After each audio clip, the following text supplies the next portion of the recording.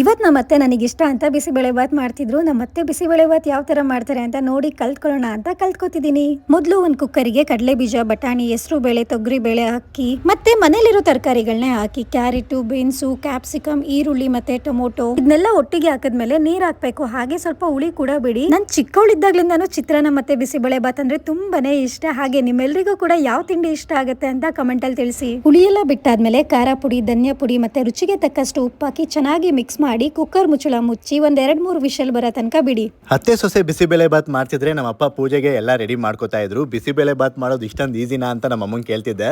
ಅದಕ್ಕೆ ನಮ್ಮಮ್ಮ ಎಲ್ಲ ರೆಡಿ ಮಾಡ್ಕೊಂಡಿದ್ರೆ ಈಸಿನೇ ಕಣಪ್ಪ ಅಂತ ಹೇಳ್ತಿದ್ರು.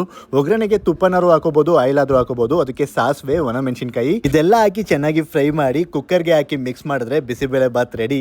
ಖಾರ ಬೂಂದಿ ಜೊತೆ ಬಿಸಿಬೇಳೆ ಬಾತ್ ತಿಂತಾ ಇದ್ರೆ ಆಹಾ, ಸ್ವರ್ಗಕ್ಕೆ ಮೂರೇ ಗೇಣು. ನಮ್ಮ ಅತ್ತೆ ಮಾಡಿದ ಬಿಸಿಬೇಳೆ ಬಾತ್ ಅಂತೂ ತುಂಬಾನೇ ಚೆನ್ನಾಗಿತ್ತು. ನಿಮಗೋಸ್ಕರ ನೀವು ಬದುಕಿ, ನಿಮ್ಮ ತಂದೆ ತಾಯಿಗೋಸ್ಕರ ನೀವು ಬದುಕಿ. ಬೇರೆ ಯಾರೂ ಶಾಶ್ವತವಲ್ಲ. ಎಲ್ಲರೂ ಅಷ್ಟೇ, ನಿಮ್ಮ ಅವಶ್ಯಕತೆ ಇದ್ದಾಗ ಮಾತ್ರ ನಿಮ್ಮ ಬಳಿ ಬರೋದು. ನಿಮ್ಮ ಅವಶ್ಯಕತೆ ಮುಗಿದ್ಮೇಲೆ ಎಲ್ಲರೂ ಬಿಟ್ಟು ಹೋಗೇ ಹೋಗ್ತಾರೆ. ಎಲ್ಲರ ದಿನ ಶುಭವಾಗಲಿ. ಎಲ್ಲರೂ ಖುಷಿ ಖುಷಿಯಾಗಿ ಇರಿ.